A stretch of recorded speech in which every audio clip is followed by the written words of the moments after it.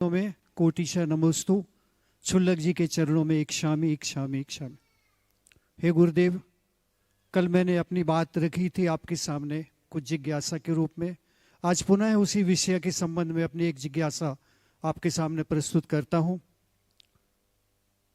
गुरुदेव, जिस समय संलेखना समाधियां चलती हैं और लगभग अंत समय होता है और जो लोग भी वहां पर रहते हैं उन सभी को, संघ में हो चाहे व्यक्तिगत कहीं मंदिरों में हो, सब लोगों को ऐसा लगता है कि हम अंत में कुछ सुना लें और उसमें सामूहिक रूप से पाठ प्रारंभ हो जाते हैं। कई बार मना करने के बाद भी सामूहिक रूप से पाठ प्रारंभ हो जाते हैं।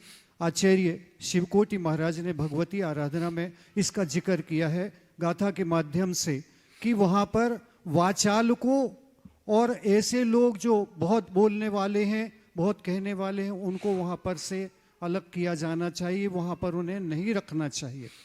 मेरा एक चिंतन ये आया कि क्या ऐसा हो सकता है कि कोई जीव ने स्वधर्म आदि की आयु बांध ली हो और अंतिम अपकर्ष काल में इतने लोगों की भीड़ के द्वारा जो कुछ कहा जा रहा है उसके मस्तिष्क पर कुछ प्रभाव पड़ जाए, क्रोध की कणिका झलक जाए, जैसे भी चर्चा चल रही थी महाराज जी की नेमिनाथ भगवान के समय पर, और उसके क्रोध कषाय आ जावे तो उसका अहित होकर क्या भवनत्रिक इत्यादि में आ जावे उतनी सी देर के उससे क्रोध से।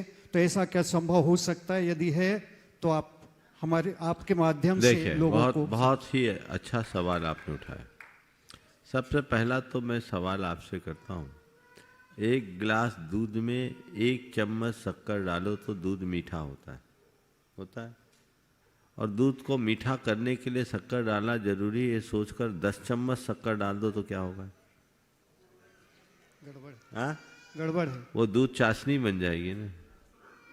तो यही स्थिति यहाँ होना चाहिए। हम एक साधक, एक छपक जो संलेखना के लिए तत्पर हो रहा है, जिसकी इंद्रियां और बौद्धिक स्थिति बहुत कमजोर होते जा रही, उसको ज़्यादा उपदेश पिलाओगे तो वो तो चिड़चिड़ा सकता है, उसके परिणाम बेशक बिगड़ सकते हैं और वह परिणाम उनकी आयु का अपवर्तन करा सकता है, उनका पतन भी करा सकता है। भगवती आराधना में तो लिखा है कि एक मुनि तो केवल इस काम को करे कि कोई पास में ना आए, वॉलेंटियर बनने का काम करे। 40 मुनियों को जो एक मुनि की संलेखना में लगाया है वो इसीलिए लगाया। तो इन सब बातों को बहुत गंभीरता से देखना चाहिए। ज़्यादा लोगों को उपदेश नहीं देना चाहिए, अधिकृत व्यक्ति को ही उपदेश देना चाहिए। उपदेश बहुत सौम्य और मृदु स्वरों में होना चाहिए, ऐसा जिसको सुनकर वो गदगद हो जाए और उस व्यक्ति की उपदेश देने की योग्यता भी होनी चाहिए। तो वो चीज़ें अगर नहीं जुड़ेगी तो सामने वाले का बिगाड़ हो सकता है। इस बिगाड़ में अगर आप निमित्त बनेंगे तो आपका भी बिगाड़ हो जाएगा। इसलिए सावधानी तो रखनी ही चाहिए। एकदम से सब आपको घेर ले तो आपका क्या होगा, आप बताइए। तो जो स्थिति आपके साथ है वही स्थिति औरों के साथ भी हो सकती है।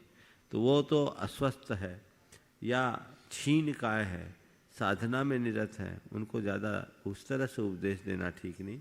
उसकी चेतना जागृत रहे, बस इसे वाच करो, बाकी बातें अपने आप ठीक हो जाए। क्योंकि गुरुदेव भी हमेशा कहते हैं कि जितना छपक को एकांत देंगे उतनी उसकी विशुद्धि बढ़ेगी। बिल्कुल बिल्कुल।